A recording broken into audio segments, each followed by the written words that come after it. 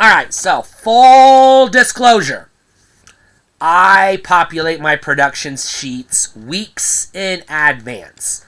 So this topic is another example of unfortunate timing. Because I do not sit down and base my video topics on current events. Sometimes current events line up with my topics. That's purely coincidental.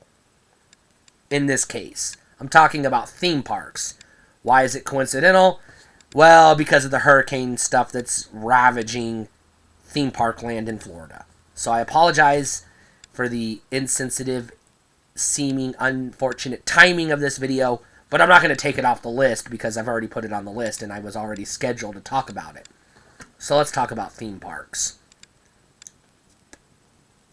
By the way, if you have been affected by the hurricanes, legitimately, my heart goes out to you, and if I had the means to help you, I would.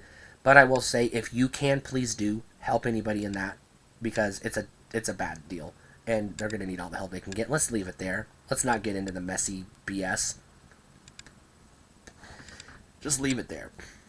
But before all of that happened, I had opinions on theme parks based on, albeit, limited experiences. But my limited experiences do inform my opinion, and so I have to bring it up. Theme parks are inaccessible to the masses.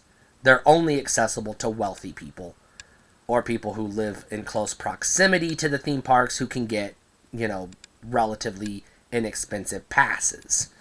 To everybody else, they are cost prohibitively expensive. One, there's the ticket price to get in. Two, there's the excessive markup on everything that takes place inside the theme park. Three, there's the cost of the hotel, which is going to be expensive.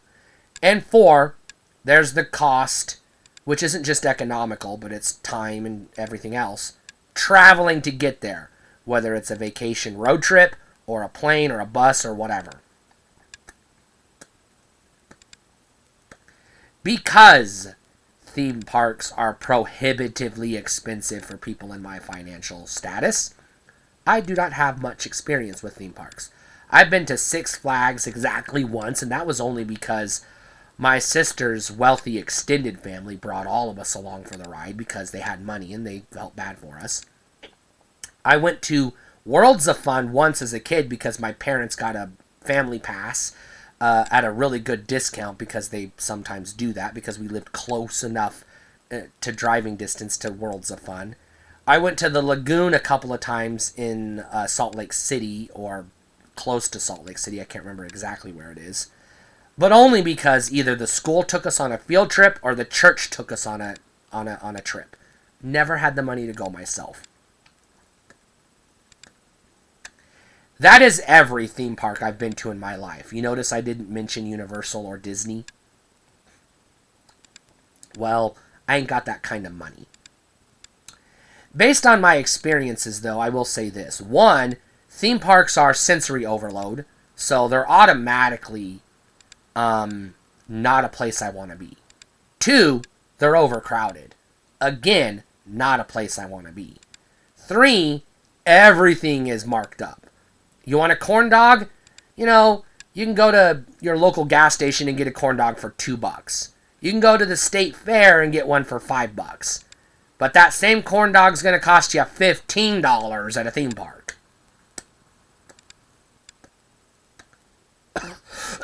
Why? Capitalism and other things. But it is what it is. But there's also parking, which is a nightmare. Standing in line for hours for a 5-minute ride that's going to make you vomit, and then you're incapacitated for 30 minutes while you sit on a park bench, dizzy and disoriented, trying to recalibrate so that you can get back to normal. No, the theme park experience is not an experience I have ever enjoyed, nor will I ever want to repeat it. And I have no desire to go to Disney World or Universal or Nintendo Land or whatever it's called. None of them. I'll never go back to Six Flags because that was a miserable experience. I'll get my, quote, fix at the county fair. And if I can't get it there, I'll live without it. Theme parks are just not for me.